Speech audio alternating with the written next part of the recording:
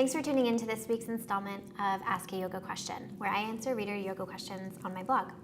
Question 1. I've been practicing yoga for 3 years. I don't practice every day, just 2 times a week, but I do exercise every day. My goal is scorpion pose, but it looks much easier than it actually is. So instead of scorpion, I'm now practicing forearm stand. At the beginning, I could neither get my legs up nor hold the posture for a few seconds. I'm working on it and I've already strengthened my shoulders, back, and abdominals to get my butt and legs up. But now I don't know how to hold the stability. Which muscles should I engage the most? How far away should my forearms be? Is it correct to keep practicing against the wall until I get more confidence? Should I arch my torso? I sometimes feel the tension between my shoulder blades. Is that okay? I would really appreciate your tutorial on how to get into this pose and how to improve it. So after a couple of attempts filming this demo, I realized that I have a hard time talking while demoing this posture. It's not my strongest posture yet, so I'm just going to talk to you first about it, then I'll demo it, and then I'll talk a little bit more. To answer a couple of your questions about arching the back, you can start to arch when you feel that you're ready to come into scorpion pose, or if you're just trying to find your balance. Arching is a nice way to find your balance. I like to keep my legs in a V sometimes when I'm doing that, because I find that it's kind of like a seesaw, so you have a little bit more of a sense of stability and balance there. For the forearms, you want to make sure that your arms are the correct distance apart. And in order to do that, you can bring your hands down flat, which is the traditional Ashtanga method, or you can bring your hands in prayer position, which is what I like, because for some reason for me the Ashtanga method doesn't feel quite right in my shoulders. So whatever way you want to do it, that's fine.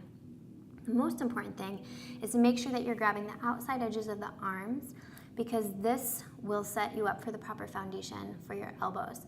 Make sure you're grabbing the outside edges of your arms. A lot of people grab the very end of their forearms or about their elbows, and that's still too far away for your arms. So make sure you're grabbing the outside edges. From here, I'll just demo it and then I'll talk you through it again.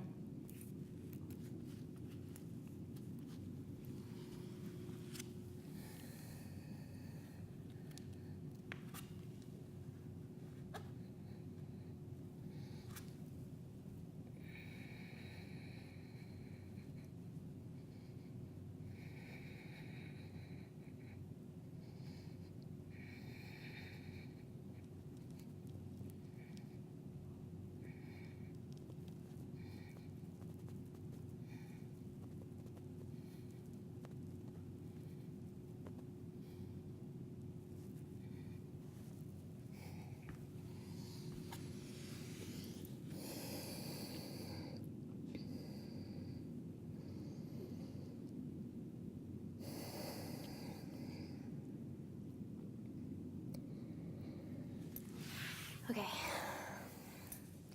so to get into it, I begin on my forearms, and then I kind of like, you notice I rock side to side a little bit. Sometimes I find that if I don't do that, my elbows or my arms I just don't feel stable enough. So I try to when we're sitting down for forward fold, before we do that, we take the flesh out from underneath the sits bones and then we reach forward, just so we have a more firm connection to the earth. That's what I do with my elbows when I'm rocking side to side. I kind of remove the flesh from underneath so that I have a very strong and stable connection to the mat. From there, I curl the toes, lift the hips, and then I walk forward as far as I can. It requires an extreme amount of flexibility to be able to get your hips over your shoulders before you lift up. I don't think that I do it, so I lift one leg and then I have to do a tiny bit of a hop. And I really try not to make it a kick, because if you're kicking with too much momentum, you're obviously going to flip over.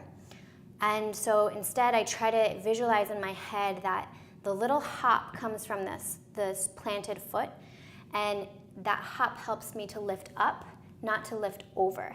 So if you think about that, for a visual person, think about that. From there, I keep my legs like a V, like a V, and then that way I can find my balance and stability. The muscles that you want to engage in order to find the stability are your upper body muscles. So your shoulders, your forearms are pushing the ground away, your shoulders are engaged, you're really pressing into the hands as well, just lifting, lifting, lifting, and having that visualization of just being really lifted, like a long line of energy from the ground all the way up through your toes. You also want to use your core strength, obviously, but then it's a matter of balance to find the stability. And I would recommend taking the legs apart like a seesaw, or like a letter V, so that you can find that balance and stability. When you feel stable there and you're ready to go into scorpion pose, then you can take one leg bent and bring the foot towards your head for scorpion. In order to really come into that shape of a scorpion, you need to lift your head and then round your upper back. So you'll shift your gaze from the ground all the way like out in front of you, so that you can, when you shift the gaze, you'll notice that your upper back will round as well. And then you'll get that good full body back bend that we're looking for. And then when you're ready to release, just try to come out with as much control as you can. You really don't want to be whipping the spine around too much. So the more control you can use to come out of the pose, the better. And then when you're done, go right into child's pose and rest there, because it's a really good counter stretch for the spine.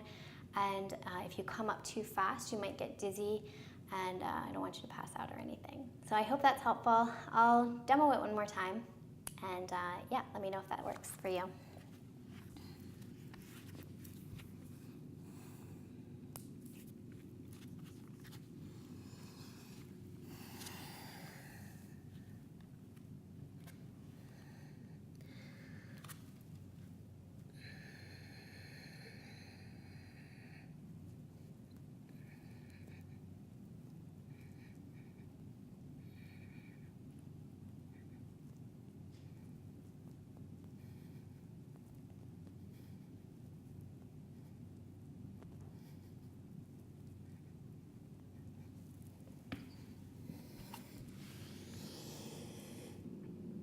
Question 2. Hi Candace, I cannot sit comfortably in a squat with both feet planted on the floor. I can't seem to bend my ankles much more than 90 degrees. My hips aren't tight, by the way. I do lots of hip openers. Could you please recommend exercises or poses to increase ankle flexibility? Or is this an anatomical problem? Thanks. For Malasana pose, you want to take your feet 45 degrees, sit down low, and then press into the knees with your elbows. Lift out of the low back, lift the heart. You want to have your shoulder blades drawn toward one another. If you're very tight in the ankles, you'll come up and do this on the toes. But to increase ankle flexibility, there are a couple things you can do. One thing I really like is to wake the feet up. So to do that, take your fingers, interlace them between your toes, lift your leg, and just begin to roll through your foot like this. And then switch directions. Remember that whatever you do on one side, you want to do on the other. And if you think about the way that we treat our feet, we're always like stuffing them in shoes, the toes don't get to spread as much, and we have a lot of little muscles in the feet that we just don't use because they're always stuffed into shoes. So wake the feet up like that. Then begin to incorporate your toes into your practice. So every time you're on hands and knees and you're doing, say, cat-cow pose, curl your toes, press the toes into the mat, and then do your pose. Same thing for anytime you're in low lunge. Instead of being like that, come onto the toes and do your whole practice focusing on your toes and seeing where you can incorporate them more into your practice. You can also do poses like eagle pose. So you're gonna cross your leg, cross your arms, and then see if you can wrap your foot around and squeeze everything. Try not to arch the back, sit the weight back into the heel, sit low, squeeze as much as you can, bring the elbows and the knees in one line, and then unravel, and of course do it on the other side. Another pose you can do is frog pose. So this can be kind of tough on the knees. It's great to have a blanket. Open up the legs like this, then flex your feet, and then come down. This is mostly a hip opener, but it's good for the ankles as well. Another thing you can do is sit, instead of sitting on your shins like this, you can sit with the toes curled and just breathe here. Begin every yoga practice like this. Start your centering like this for maybe 30 seconds, a minute, end the same way. Another thing you can do is just bring your feet hip distance, come up onto the toes and just sit. And then just work your way down and stop wherever you need to and then lift up. And just kind of play around with that until you can come all the way down, maybe lift up. Remember that in addition to the ankle flexibility, it may also be tight calves. And so one thing you can do is come against a wall, place the toes, step as close as you can, place the toes against the wall, and then just lean into it, and you'll feel a nice stretch in your calf. I hope that's helpful. Question 3. So I'm working on the 31-day strength project, and my chosen strength pose is a supported headstand. It is coming along nicely, but now I want to fine-tune my core strength and posture. When I'm going into the supported headstand, I walk my feet until my hips are above my shoulders, but I notice that my upper back is pretty rounded and my lower back as well. Basically, I can't get my hips and butt to straighten until I lift my feet up. I've been videotaping myself and I've seen this progress. I'm wondering, how do I get my upper back and my lower back to straighten? Am I tight in my lower back or my hips maybe? I'm also pretty weak in the core, so I think that probably has something to do with it. Thanks. Whenever I can't figure out what's going on with my body in a particular pose, I try to visualize that pose or try to do that pose in a different perspective. That sounds like it doesn't make any sense, but I promise it does. So for the setup for headstand, we're in this position and we walk up, right? So we need to make the same shape, but let's try it sitting down. So my hands are over my head. This is like the floor. And then we're walking the feet up.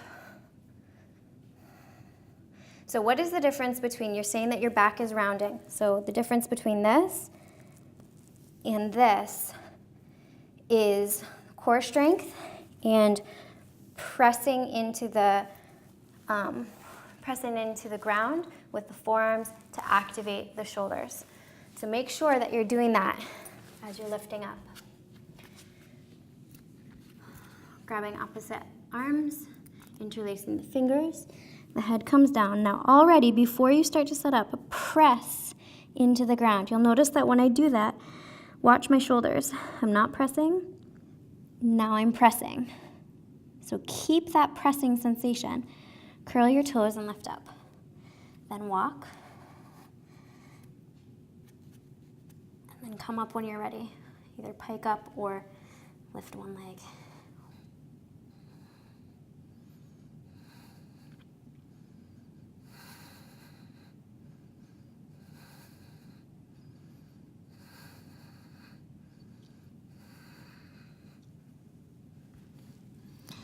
And then remember to always go into child's pose.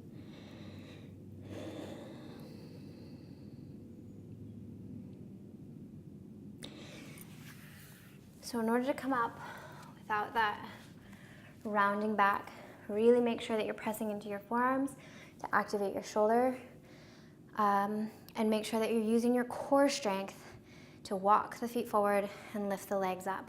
And if you have trouble, just practice doing it like this, because this is essentially the same position, except you're also strengthening your hip flexors to hold up your legs. I hope that's helpful.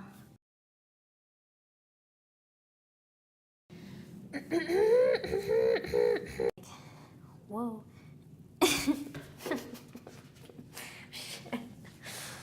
Ah! Which muscle? Okay. Thanks so much for watching. Please like, comment, share, and subscribe. And if you have a question, leave it below in the comment section or ask it over on the yoga forum at forum.yogabycandice.com.